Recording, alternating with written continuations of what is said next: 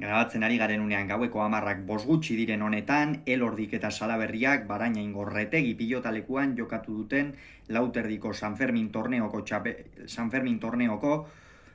final 16renetako laugarren norgehiagokaren eta Asperen adarreko bigarrenaren analisia egingo dugu. Elordi zen favorito eta maiabitarrak ez du hutsik egin 22 eta 9 irabazi ostean bientzat. Lehen partida zen gaurkoa, joan den urtean ere Hernanin jokatu zuten elkarren aurka, orduko hartan Iker Salaberria izan zen garaie, gaurkoan berriz, Aitor Elordik nabarmen aixa hartu du mendean. Partida hasieratik oso kontrolpean izan du Aitor Elordik, sakearekin egin du minik eragarria.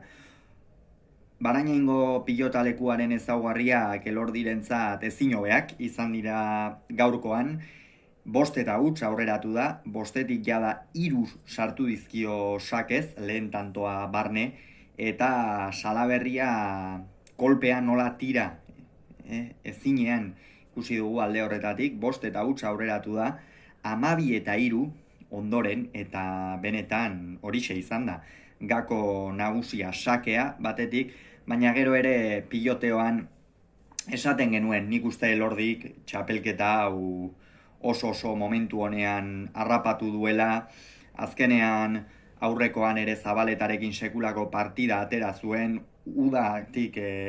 euren oporretako itzulera honetan fresko ikusten dugu, ikusiko duguea udara aurrera doan einean mantendu dezakeen ala apur bat fisikoki eta eskuak eta ez askotan pilotarien galdera ikur nagusia hori izaten baita, udan partida asko jokatu hori dituzte, eta ondorioz ez da erraza izaten jakitea, batez ere uztaila erdialdetik, abuztu hasiera horretan, eta nola egongo diren pilotariak askoia egunero jokatzen ari baitira, eta egunerokoa galdera ikur bat izan ohi da. Kontua Aitor Elordik sekulako partida atera du, Iker Salaberria ezinean, ikusi dugu erabat eta gainera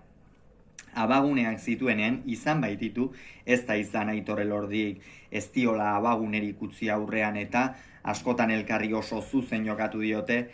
baina ez du asmatu. Normalean asmatzen duen pilotaria da, Salaberria gainera arriskutsua da, pilota garbia uzten baldin badiozu, beti jokaldia egiteko erraztasuna dauka, ezker gantxoaren bitartez ere, baina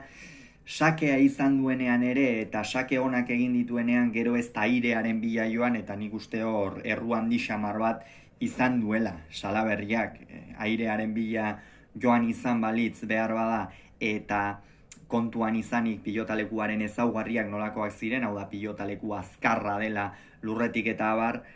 behar bada beste gauza baten inguruan hariko ginak hizketan, baina ez du asmatu, ez du bere eguna izan, oso partida kaskarra jokatu du oro har Salaberriak, emaitzak ere horixe islatzen du, eta benetan udantzea hobetu beharko du eta ziur egingo duela. Gero 18 eta 7 iritsi da bigarren etenaldira, hor da itxita zuen partida, esan dugun bezala Elordi oso ongi jokatzen ari zen, oso praktiko, piloteoan ere bere ritmoa inposatzen, Salaberria dantzan jartzen, eta azkenerako 22 eta 9 Aitor Elordik jokatuko du beraz, aste artean, San Juan egunez, Eibarko astelena pilotalekuan,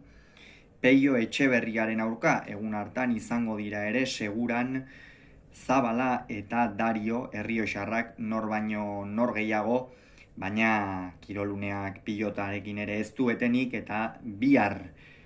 kasu honetan Bakaikoak eta Zubizarretak Zaldibarren jokatuko duten norgehiagokaren analisia izango duzue. Asteburu ederra, esan bezala Elordiko 22, Salaberriak 9 Barainainen.